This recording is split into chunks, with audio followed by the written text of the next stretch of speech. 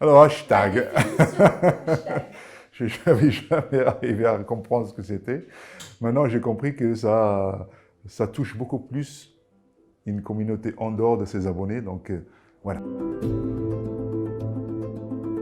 Moi, mon nom, c'était John Rutherford, parce que ça rimait bien. Rutherford, tu vois. Hafed Aoujdaï, Hafed pour les intimes, parce que maintenant, Wikipédia vont creuser partout. Donc, ils sont peut-être allés même enquêter. Hafid, parce que c'était mon premier prénom quand j'étais né. Mes parents m'ont appelé Hafid. Et en fait, mon grand-père, quelques mois plus tard, a dit on a déjà un Hafid Abdel Hafid dans la famille, il faut l'appeler Abdel Latif. Et donc, voilà. Donc, après, c'est resté Hafid, Hafid, Hafid.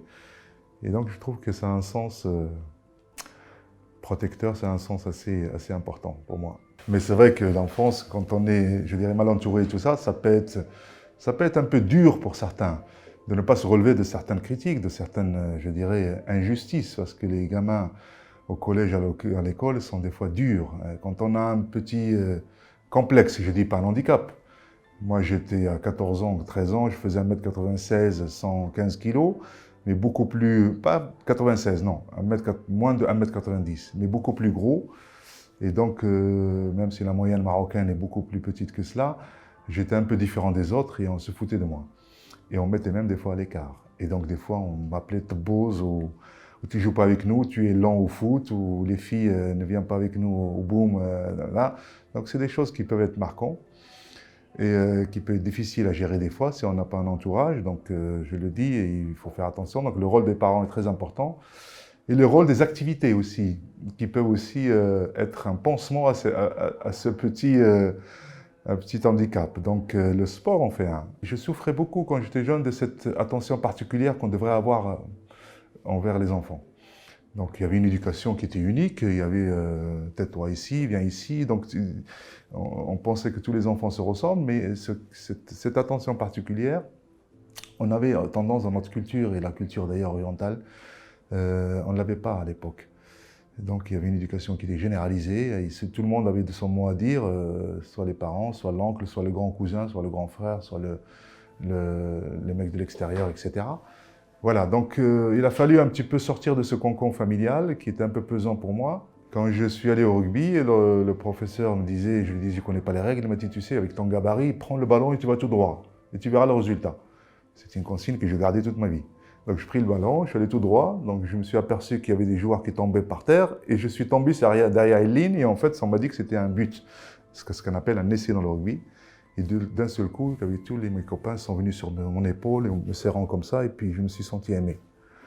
Et donc ça a été la révélation. C'était mon sport et mon avenir et ma passion. Et le rugby, c'est un sport entre guillemets de pauvre, il faut le dire. C'est un sport parce qu'on recevait un maillot, parce qu'on avait une soupe, parce qu'on avait une petite attention particulière, parce qu'on nous payait la douche, parce qu'il n'y avait pas de douche, ou le hammam, parce qu'il n'y avait pas de douche au stade et tout ça. Donc les gens venaient, et les gens. Et puis moi, à la fin de chaque entraînement, le samedi, je me rappelle, j'appelais ma mère, je dis maman, enfin j'appelais ma mère, le téléphone, mais avant l'entraînement de partir, je lui disais on va revenir ici à une dizaine, ou ça serait bien que tu nous fasses à manger pour voir un match, ce qu'on appelle le match du tournoi de 5 nations. Et donc, c'est dans la continuité de cette ambiance et de cet esprit d'équipe qu'il y avait dans le sport, et de je dirais, de manque de moyens pour mes collègues, mes coéquipiers, le fait de préparer un grand repas festif. Alors ma mère, bien sûr, grande cuisinière, ça commençait de la soupe, des salades, pastilles ou autres, parce qu'elle était heureuse de voir son fils heureux. Moi qui étais souffré un peu de mon complexe de poids et tout ça, donc elle voyait que j'étais épanoui, donc l'école ça allait beaucoup mieux et tout ça. Et donc du coup, elle voulait nous récompenser, puis dire merci en quelque part à tous mes copains de rugby. Quand le club nous disait, vous n'avez pas d'argent, on n'avait pas d'argent pour aller jouer à Rabat et tout ça, mais on ne prenait pas ça négativement, donc on se mettait autour d'une table, on aimait le rugby, on ne voulait pas que le championnat s'arrête, et on allait voir tous les cafés avec une casquette, et on ramassait 1 dirham, 2 dirhams et tout ça, et on amenait 3000 dirhams au président, voilà. On voulait aller jouer, et on payait notre déplacement. Et ça a créé d'abord une puissance extraordinaire, une confiance de soi.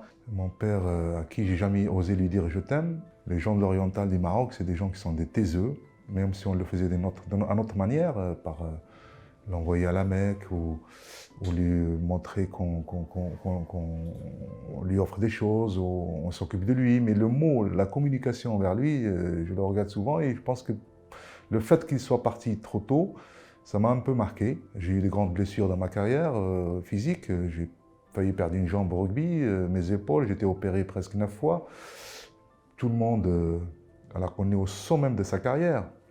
Et quand vous avez des journaux très connus que vous mettent en première page, ils titrent pour faire le buzz, votre carrière est finie.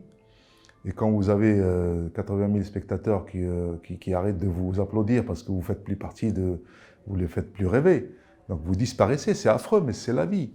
Comme ça. Donc tout ça, ça se gère. Mais encore une fois, cette façon vous apprend à être patient, prudent, et puis surtout savoir un petit peu comment revenir petit à petit. Savoir ne pas brûler les étapes.